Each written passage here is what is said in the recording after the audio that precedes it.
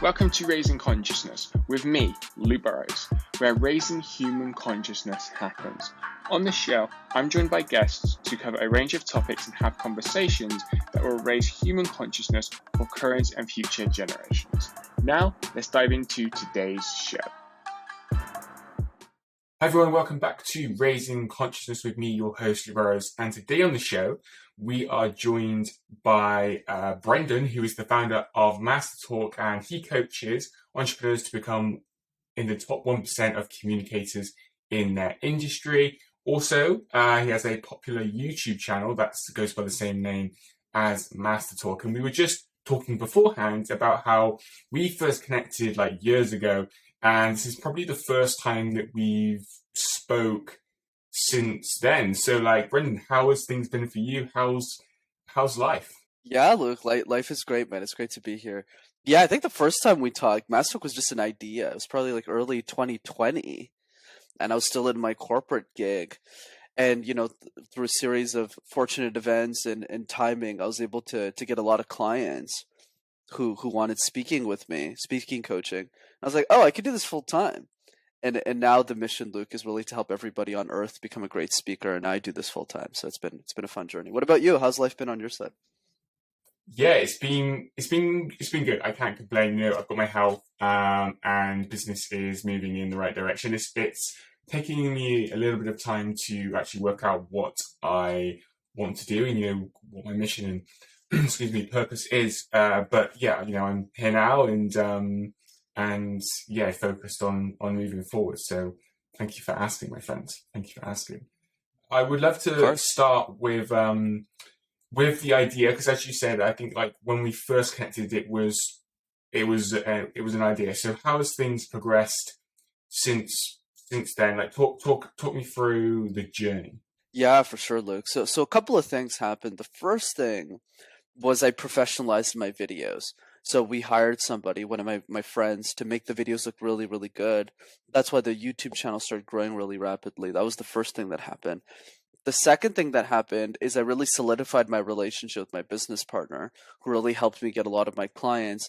So it went from an idea to a business. So when it turned into a business, I was able to actually make a sustainable living, because before that, Luke, what would happen is I took a percentage of my corporate salary and I just invested into the channel, because I just thought it was always going to be a hobby.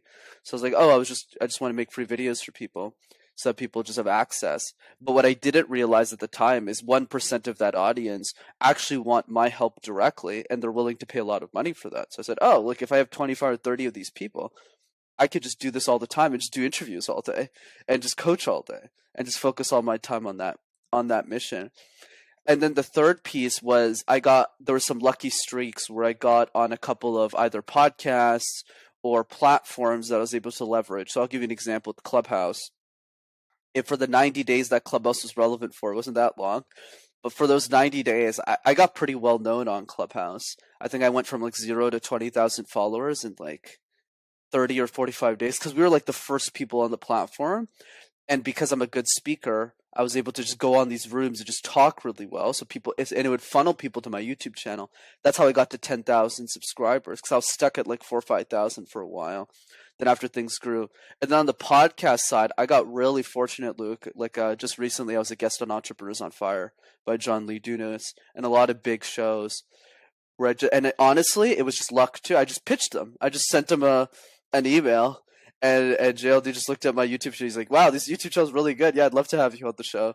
And that really blew things up for me. I started getting a ton of clients, and we were able to build a full-time business, man. But I think the most important thing, Luke, is the mission. Like, I'm really clear on my purpose and who I am, which is how do I empower the whole world to be a great speaker? Like, I think the next Elon Musk is a 7-year-old girl who can't afford a communication coach, and I can spend 100% of my time just focus on that mission versus 20% of my time what I used to do with my corporate job. And so becoming clear on that purpose, has that been like a journey to get there? Absolutely, Luke. And I'm always a great example of this, because I'm someone who didn't really have a purpose. Like, I never really understood what that was, like, because my parents were factory workers. So for me, my focus was just to get a great job. So I went to school for literally the opposite of what I do today, which is accounting. Like, that's what I studied. So it was just to be a numbers guy, because it's a stable job, a lot of demand for it. I thought I'd be really good at it. So I worked at one of the big four accounting firms for like a year and a half. That's what I thought I was going to do with my life. And then I landed a really good job at IBM in their consulting division. So this is not the story of somebody who has their purpose and who's pursuing MasterTalk. So what I always like to say, Luke, is the first step to finding one's purpose is not to just find it. It doesn't just come to you. You have to earn it. That's what I always like to say. You have to earn your purpose. So the question for me is always, are we making our purpose our priority? So I'll give you an example with me. Even if I didn't really want to know what I wanted to change the world with all that stuff, I was conscious about doing that at some point in my life. I just didn't know what form it would take. So at the beginning, I made a lot of decisions in my life to optimize my life for time. Like, people don't understand, Luke, that the number one purpose of money is to buy your time back. So when I started working at IBM and they were paying me really good money, sure, it was a tough job. But while all my friends were spending their money on a bunch of random things, I was saving 80% of my income. So when the idea for MasterTalk came to me, which was through college, I was ready to jump ship and actually make it work. Whereas a lot of us, we waste our money and our resources and we don't make that our number one priority. That's one thing I'd recommend. And then the other thing I'd recommend is what I call 80-20 questions. So we all know about the 80-20 principle, right? What are 20% of the actions that get us 80% of the results? But for me, the twist on that is, what are 20% of the questions that we can ask ourselves in our life that bring us 80% of the clarity? And I'm a great example of someone who's answered thousands of these questions. That's why I'm super self-aware. But to not overwhelm your audience, I'll give you 3 to get us started. So number 1 is, if you had all the money in the world, what would you do with your time? Not the money, but with your time. Because you don't have to work anymore. You don't have to worry about retirement anymore. You're retired today. So what do you do with the rest of your time? People don't have a good answer to that question, Luke. They usually respond with, I don't know, I'll travel. But for how long? What are you going to do? Travel for 10 years and then die? Doesn't make any sense. So think thoroughly about that question. That's one. Number 2 is, if you could only accomplish 3 things in your life, and only 3, nothing else, what would you want to accomplish and why? And a lot of people don't have that answer too. They want to do 15 different things. But if you could only do 3 before you die, what do you want those 3 things to be? And I have a clear answer to that question, even if it took me a while to get there. And then finally, number 3 that I got from Devon Bandison, who's a great coach. He says this all the time, and I love it so much. The question is, what's a goal or a dream that you secretly gave up on and never told anyone about? So these are the questions that lead to truth. It's just most people aren't willing to go through the hard work of asking themselves these questions. I definitely agree and resonate with that. And it reminds me of something I heard around, when you ask better questions, you get better answers. Like, a lot of us are asking poor questions, right? Like, why me questions, and those sorts of questions, right? And so we're going to get bad answers. And I definitely love those questions. So in terms of communication and what you do now, what do people need to know about that? Like, what do people need to know about communication and public speaking, or just speaking in general? Because a lot of people are scared of public speaking, right? So, what do people need to know about communication? Because it's the top skill, right? We're always communicating. Absolutely, Luke. So for me, the perspective has always been, communication is like juggling 18 balls at the same time. So one of those balls is eye contact. One of those balls is facial expressions. One of those balls is verbal cues, nonverbal cues, storytelling, body language. And it can get really confusing really fast if you try and do all of these at the same time. So for me, the question has always been, what are the 3 easiest balls that we can juggle in the air? Because if we can juggle those 3 balls in the air, we'll just get better over time. So what are those 3 easy balls? So let's go into them. Number 1, Luke, is the random word exercise. Pick a random word like soapbox, like light bulb, like table, like hat, and create random presentations out of thin air. This serves 2 main purposes. 1, it helps us deal with uncertainty, because life is filled with it. Let me give you a quick example. Let's say you go to a party or an event and you meet somebody new. You have no idea how that conversation is going to go. You don't just go up to that person and say, hey, look, I have a pre-list of questions we're going to talk about today, and you're going to answer it this way. That's not how conversations work. You have no idea what's going to happen. And the second purpose to that exercise, Luke, is if you can make sense out of nonsense, you could make sense out of anything. So if you talk about avocados for 30 seconds in a random word exercise, you could go back to a podcast, an interview, a job setting at your family and answer all of those questions because you already know something about it. So I'd encourage people to do this a few times a day, whether it's in the shower, whether it's with your kids, for those of you who have kids, whether it's with your nieces, your nephews, your family. Number 2, the question drill. We get asked questions all the time in our life. But most of us, Luke, are reactive to those questions. We wait for the question to come and then we answer it and go, I'll give you an example with me. A few years ago, and you actually know this because you knew me a few years ago, when I started guesting on podcasts, and I can attest to this when I was on your show, I'm pretty sure I sucked. Pretty sure I was really bad. And there's this one guy, Luke, who asked me the funniest question when I had no idea what I was doing on podcast. It wasn't you, it was somebody else. Somebody asked me, where does the fear of communication come from? And I looked at the guy and I was like, I don't know, dude. London? Los Angeles? New York? Like, I don't know. So I was being reactive. I wasn't ready for the question. So what I did instead is every single day for 5 minutes, that's all I ask your audience to do, Look, 5 minutes a day. Answer one question that you think the world will ask you. Whether it's about your expertise, your products, your services from your family, your work setting, if you have a job, just answer one question every day. And if you just do that for a year, you'll be unstoppable because you'll have answered 365 questions. And that's why I built up my expertise really quick in communication. And finally, number 3, it's so simple, nobody does it, Luke. Make a list of 3 people you love the most in your life. Could be a family member. It could be a friend, a client, a podcast guest, doesn't really matter.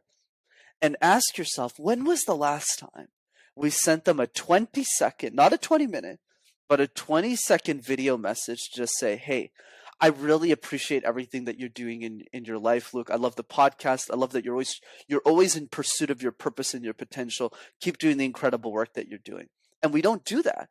And people think, Luke, that when we send this video, people receiving it will go, oh, well, you made all of these mistakes, Brenden. This wasn't perfect. No, what they all say all the time, Luke, is, oh my God, nobody sends me a video message. They're not paying attention to the mistakes you're making. They're paying attention to how much you care about them. So if you do these 3 exercises for the next 30 days consistently, you will guarantee see a spike in your communication skills. So a challenge that I faced in communication and still face it today has been with being able to articulate myself, right? So I might have like an idea or I might have something that I want to say, but getting it from how I see it in my mind, how I want to communicate it to actually the words that come out of my mouth has been a challenge. And so what would be some advice that you would give to someone like me who faces that? Because I'm sure it's not just only me. I'm sure there's thousands of people. So I'm curious in that side of communication. Absolutely, it's a fantastic question. I always love also that you start with vulnerability first whenever you ask the question. It definitely makes it a lot more authentic, which I appreciate. So there's 2 parts to that. One part to articulation, which is the random word exercise, actually. So what's nice about this and how it relates to articulation, Luke, is if I just give you the word hat, you're like, I don't know how to articulate. You're like, well, I just had to invent something. So you get used to articulating uncertainty because you don't know what the word is. Like if you give me like puzzle, you have to go, oh, puzzle is like we're all puzzled in our lives, and I have to start creating a presentation. So that automatically helps us with articulating ideas that we're familiar with, because if we can articulate the unknown, we can articulate what we already know. So that's one piece to that. And that's the simple answer. The more complicated answer, for those of you who want more layers to this conversation, is there's 2 parts to this. The second part is going, what are the ideas that I find myself communicating in my day-to-day life that are consistent? So I'll give an example with me, very simple. I'm always being asked about communication. Those are the ideas that are more consistent. So an example of how I would apply this is I would go back to this very podcast and write down the questions you asked me and say, if I had a second chance at this question, How could I articulate the ideas better? And that I'm the product of that today, Luke. So it's not that Brenden is brilliant or anything. It's because Brenden has answered the same question 300 times now in the last 3 years that you've known me. So I'm just a lot better at articulating the same idea over and over again. Gary Vaynerchuk is probably the flagship example of this in our industry, where he always says the same thing over and over again. But boy, does it come out really well. Not because he's brilliant, though he is to a certain extent, but more so because he's just communicating the same idea over and over again. So naturally, the articulation of those ideas improve over time. So for you who's listening, who might not be a podcast guest, who might not be in media, who might not be a content creator, which is totally fine, just think about at work and in your life, what are some meetings, what are some environments where I find myself communicating the same ideas? Let me give you a simple one. When you have a family meeting, like with your family every month, to just talk about where you're going for vacation, to talk about how your life is, the dinner conversations, those are the same conversations being repeated over again. So you can write down what you want to articulate for that one setting and just get better at it, and then improve in other settings. And then the last piece, which is more advanced that I do, is articulating languages you don't know. So one fun fact about me, Luke, which I don't recommend most people do, at least when they're getting started, is I speak 3 languages fluently, but I can karaoke in 8. And I want to pay attention to a couple of things. One, I don't sing well. Second, I don't have no idea what I'm saying the other 5 languages.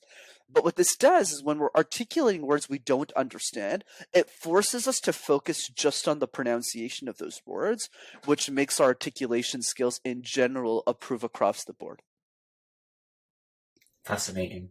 That's really fascinating. So it sounds like you, or you have done to get to where you are today, went back to reflect on the ideas that you were trying to articulate before and pointed out, okay, so I did this well, or this not so well. And that's how then we improve at this skill, ultimately. 1000%. And I'm the textbook example of this. I started MasterTalk when I was a kid, Luke. I was 22 years old when I started MasterTalk. I had no idea how to coach other people how to speak. I just knew I was a good speaker. I kind of just figured it out. But I didn't really know how to transfer that knowledge from me to, let's say, you. It's like, okay, I know how to speak, but how do I teach Luke how to speak and his audience? And I literally had no idea how to do that. So I would just make one video, and then my audience would go, but I don't get it. And then I would have to remake the same video until they got it. So for me, it was a process and a journey too, and people need to go through the mess to find the message. Definitely. In terms of public speaking, because that's a fear that I feel like a lot of people have. In your experience, why do you think that people, and obviously the clients you work with, why do you think that people have that fear, and what can they do to start to overcome it? Absolutely, Luke. So obviously my answer's gotten better over time, because before I used to answer, I don't know, man, it just comes from depending on the city that you're based in. But for today, I have a much better answer, which is, where do we learn how to speak? We learn how to speak in the education system, right?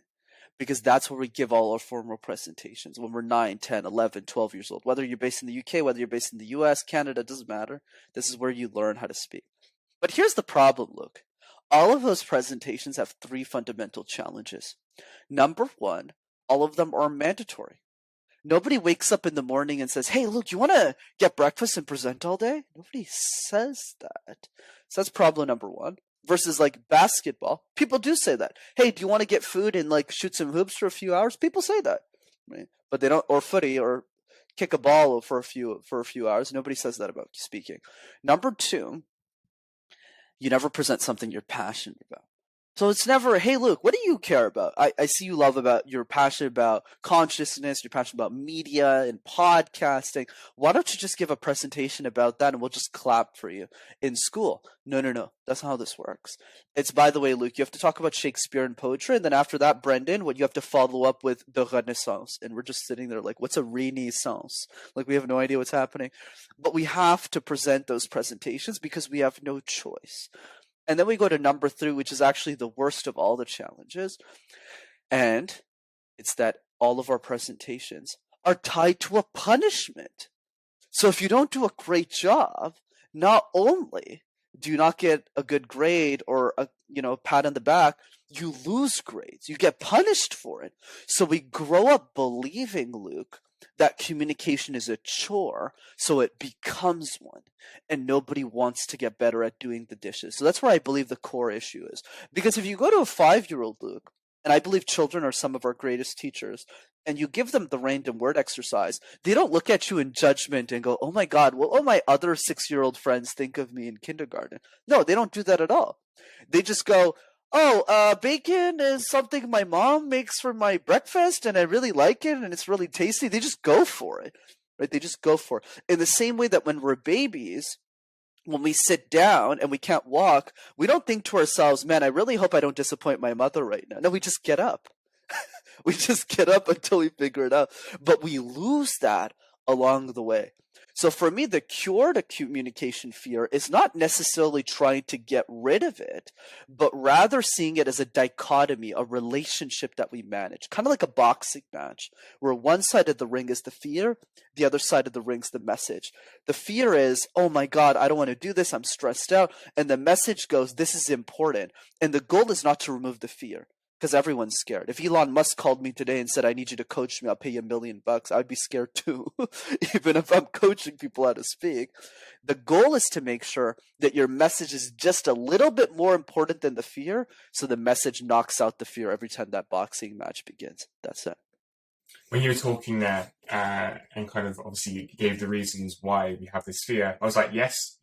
Like I resonate with all three of those, like reasons. Are ultimately, thinking back to school, it was give a presentation on something I did not care about, did not even really know, probably because I wasn't paying attention or listening, right? And so then you get up there, I was like, what am I doing? Whereas if they asked me to do something on, when I was growing up, I was hugely into football, right? Then I would probably have been like, I'm on this, So yeah, it's interesting. I've done a lot of podcasts recently where I've kind of like had these, I don't know if they're eureka moments, like breakthrough moments, but when I'm like talking to obviously the guests, and then I'm reflecting in the moment, and I'm realizing actually situations and events from my own life where these situations have come up, and it's fascinating learning and obviously personal growth experience. So thank you for sharing that, man. Of course, Luke. I'm a lot better than last time, right? Yeah, to be honest, I can't even remember last time. So yeah, this is definitely better, good, yeah, excellent, excellent. 'Cause I can't remember. Wait, last time was it with me, or was it when I was doing the co-host show? I can't remember. I don't remember. Anyway, I just remember you being there. Okay, I was just there. All right. Okay. Maybe. Excellent. So I guess, and also in terms of like public speaking, I feel it's very, so when I think of it, there's a lot of like spotlight on it.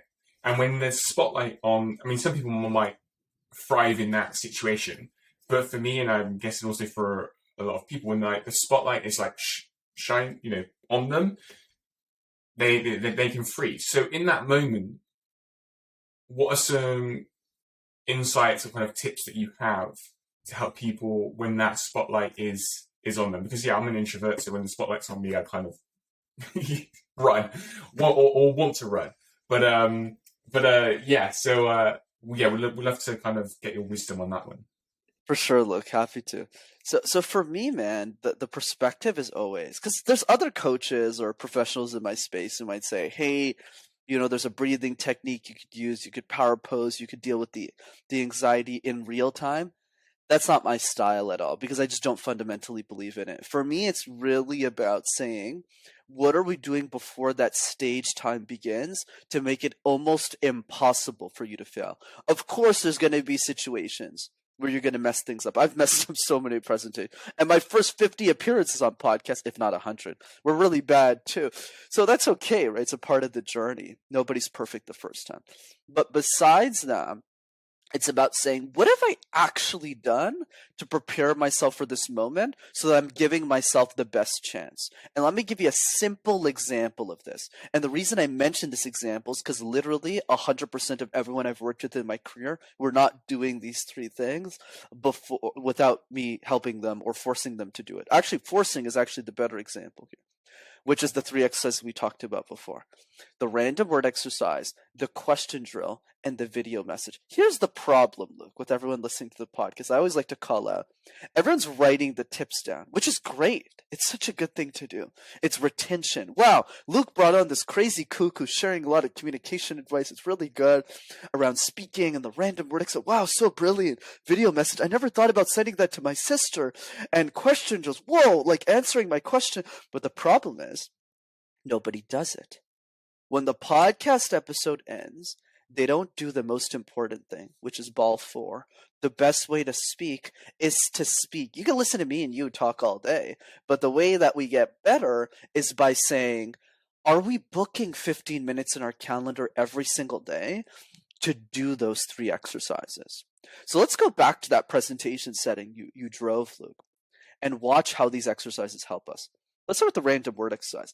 If you do the random word exercise 5 times a day, Luke, for the next 30 days, you'll have done it 150 times. Your confidence when you go into a presentation that you know the topic, that you had time to prepare for, will literally be a joke. Sure, you might be nervous a little bit, and I have some tips around how to overcome that. But the overarching idea is, okay, if I'm talking about trophy case and lip balm and face and cup and pistachios randomly, and I'm giving a presentation to a group of 50 people around accounting, but I've studied accounting for the last 10 years of my life, what's more frightening? Right, the accounting presentation doesn't seem so hard anymore. That's why I'm a big believer of doing the harder thing. Same thing for the question drill. Oh my God, Brenden, Luke, I'm so nervous. What if they ask me a question I don't know? Well, instead, how about 30 days or 60 days before the presentation, you just answer 2 or 3 questions every day until you have an answer for everything. So like the reason I'm not stressed on podcasts isn't because I'm some Iron Man, because I don't think they'll ever cast me for that movie. But I think it's more about saying, I've answered so many bloody questions, Luke, that there isn't anyone who can stump me on communication, unless their goal is to intentionally stump me.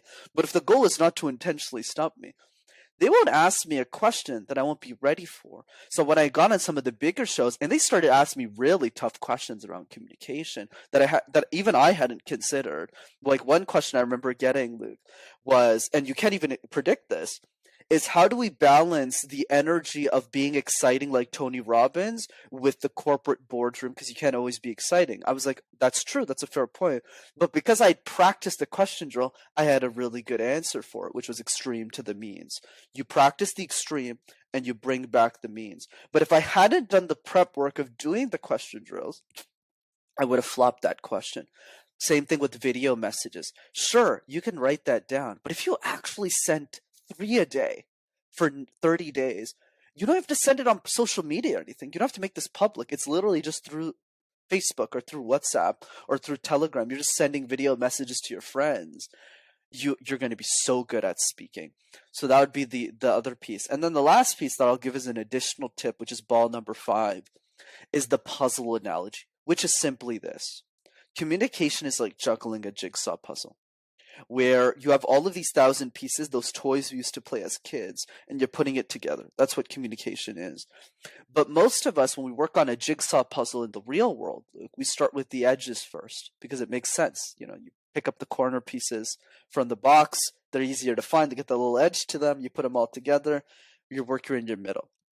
I encourage everyone listening to this podcast, Luke, to follow the same perspective with presentations. Start with the edges first. Why are you going with the middle? Because if you go with the middle, you ramble throughout the whole thing. And the last slide sounds like this. Yeah, thanks. So instead, practice just the introduction. Just the intro. 20 times. 25 times. Takes 2 minutes to do it once. You'll be done in 45 minutes to an hour. Same thing for the close. Just do the conclusion 20 times. 25 times. Takes another 45 minutes. Then tackle the middle. If you do those things, you'll be just fine. So on that last tip, I found that actually if it's an introduction to the podcast or introduction to a video on YouTube or wherever it is, if I can nail the intro or the beginning and be confident also at the end, for me, I kind of feel like the middle figures itself out, works itself out. Like, if you have experience with that? I love how we're playing off so well here, Luke. You're 100% correct, right? So when you get the Mm, intro and the conclusion right, you won't always have the middle, but your energy around it will change because you'll look at yourself and go, "Oh, because I always thought I was a bad speaker because I'm introverted or I'm this or I'm that." That's what we tell ourselves. But then when we re-listen to, let's say, a podcast intro that you've done 20 times, there's no debate. It is objective that your intro sounds so badass because you've just done it 20 times. So your energy around communication changes. That's why for me, the key word throughout this whole conversation, Luke, is momentum. Momentum, momentum, momentum. How do you build up momentum? So for me, it's not about going, okay, we're all scared. We're all going to die because we want to speak. So how do we do something while we're really scared of the skill? That's not the way I've approached it ever, because I think that's bad woo-woo. It's bad energy. For me, it's about saying like, okay, we're terrible speakers. So what? Let's just do the random word exercise once or twice and see what happens. But at the beginning, people think they can't do it at all. Oh, Brenden, I could never do the random word exercise. Then they do it once, and I go, well, you just did it. So what else do you think you could do? They go, well, I could do this 10 times. They'll do it 10 times. Then they'll do it 10 times. And I go, what else can you do? I think I could do it 100 times. And some people, they'll do it 100 times in a week. And then I'll go, okay, what else do you think is possible? I don't even tell them what's possible. I let them answer the question. And then eventually they look at me dead in the eyes, Luke, and they go, you know what? Anything's possible. I could do this. This is mm. easy. And that's really the key. Obviously, you are the communication expert, and so you will know that communication is a two-way street with others as well. So obviously, I feel like we've been focusing on how we can communicate better with others.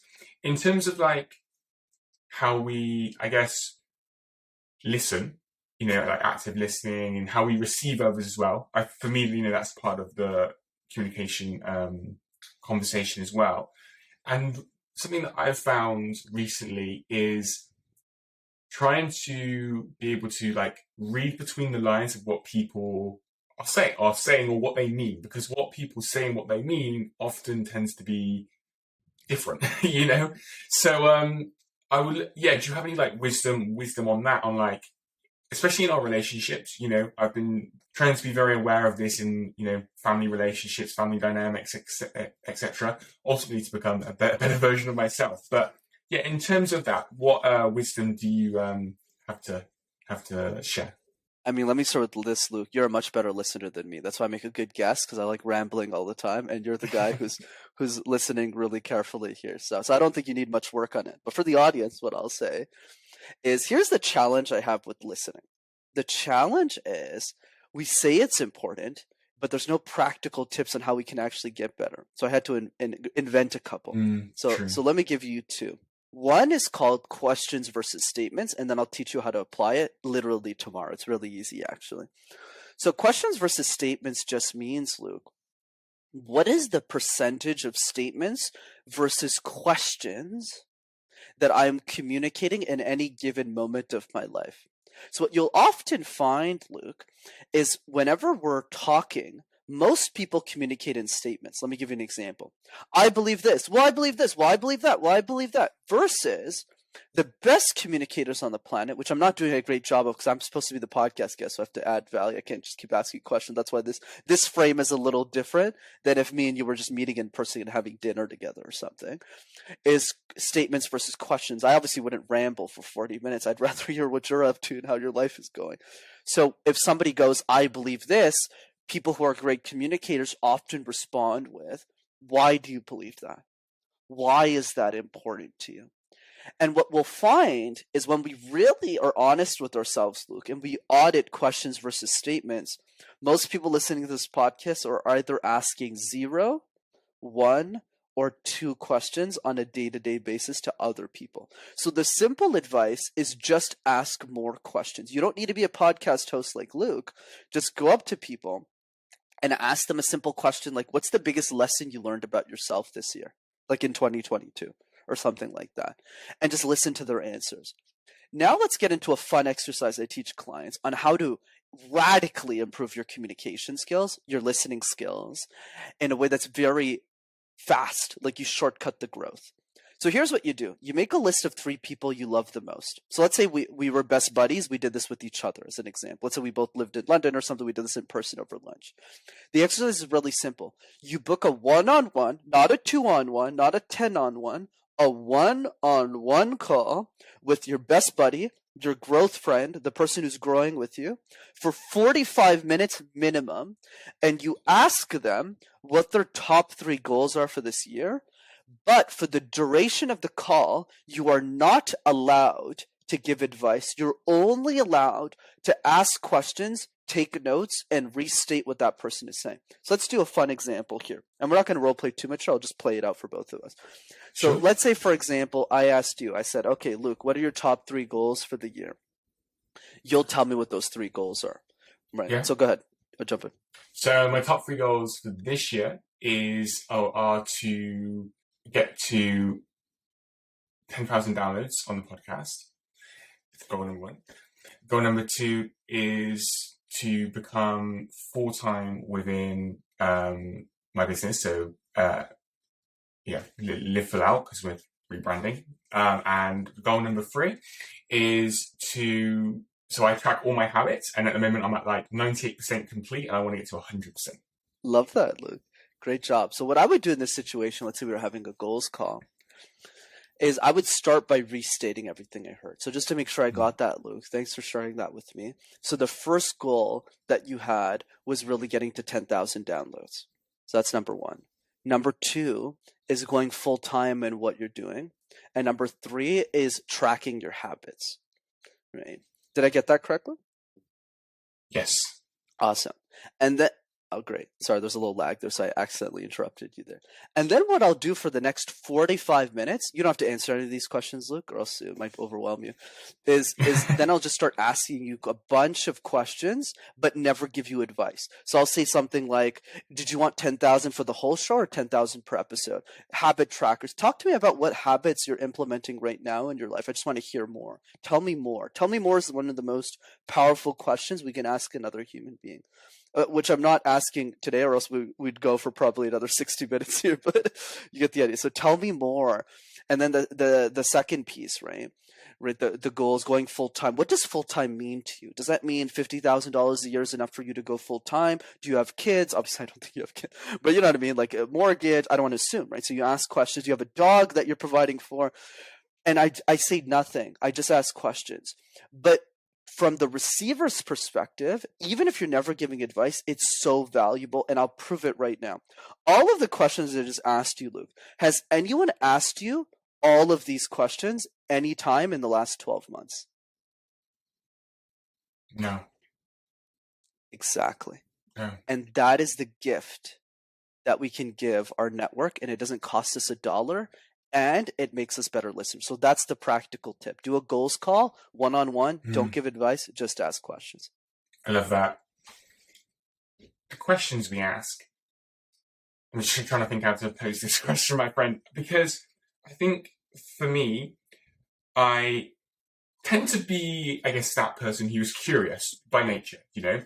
So ask questions. I guess I'm conscious, and maybe I'm overthinking, so do forgive me.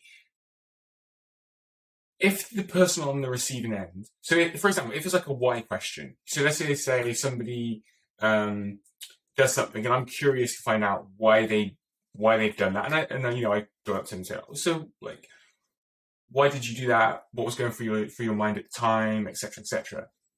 If they take that in a, let's say, a negative way, and then they respond to me or react in that way, how does one navigate that? Because I see that quite often in relationship dynamics, right? And so I'm fascinated by that, because oftentimes, people might be coming from just that curious place, right? That curious nature, but the other person might feel like they're continuously being questioned. So does it depend on like the type of questions we ask? Does it depend on how we ask them? Does that make sense? 1,000%, Luke, and I love the nuance. And you're definitely not overthinking this. So the way that I answer this question, Luke, is let's start easy first. So for me, the most important part of this exercise is doing it with somebody who actually is really interested in doing it. And that might not be your mother. That might not be your sister. That not your sister in particular, but just in general, like people's sister or people's mother or their cousin. Literally just pick the person that you just really adore. That like is down for this, like is excited, who like also listened to this episode, like the type of person that's perfect for this exercise, Lou, because you always want to practice listening to the person you actually want to listen to. Okay, let me repeat that again. I know it's a very obvious insight, but it's important for people to implement. The best person to practice listening with is the person you actually want to listen to. Even if I teach listening, I'm always upfront. I always like to be the communication expert, is more down to earth. So I don't like to BS people. There's obviously people I don't want to listen to. There's people I don't like listening to. So trying to do that first is not going to make us better listeners. I'd rather, like for you, I'd listen to you all day because you're super open-minded, you're conscious, you're going a lot of tips. So I'd listen to you, just get your insights on things. But I'm the guest, so I have to talk today. But you get what I'm saying, right? So it's not hard. It doesn't have to be like, does it have to be a family? Does it have to be my girlfriend or my husband or whatever? Like, no. Like, it doesn't have to be that. Pick one person and make it an open invitation. Don't go, we have to go on this call. Say like, hey, dude or gal, like I listened to this podcast with Luke and Brenden and they gave me this advice to do this. What do you think of that? Do you think that's something we want to do? Is that interest to you? And they go like, sure, let's do it. And those people you do the exercise with. But the second layer to the conversation that you brought up indirectly, Luke, is what about the relationships we have trouble managing? What about the relationships where there's a little bit more conflict, where things can be misconstrued in different ways? So for me, it's always you work on the easiest relationships first. You get really good at communicating with them, and then you're able to go to the harder ones. So I'll give you an example. You're a very easy interview for me because you're a great host. You're very calm. You let me talk. But then there's other interviews that are much harder for me to deal with, and I have to keep stay on my toes. Like so they're trying to throw a question at me just to knock me off. Like it doesn't happen a lot, but sometimes that happens. But if I'm not prepped for those moments, I won't be able to deal with them. So I'll give you one example without overcomplicating this, because the main theme that I want people to take away is pick one person you adore in your life and they adore you too, and just do a 45-minute goals call with them. Ask them questions. Don't overthink that part because that will guarantee get you results. But then the other part is acknowledging how do we get better at relationships. The one piece I would share is communicating effective boundaries, I think is the best place to start. So I'll give you a common example we see in relationships, which is a 5-word sentence that we say all the time, which is useless, by the way. I need more alone time. I need more alone time. Here's the challenge, Luke, with this sentence. What does that mean? Does that mean you want to be in a library alone and not be texted on a Saturday morning? Does that mean you just need 60 minutes in the morning to read a book? Does that mean you need to take a walk with the dog 45 minutes in the evening? Does that mean you want to be in a cave for 3 weeks? We don't know.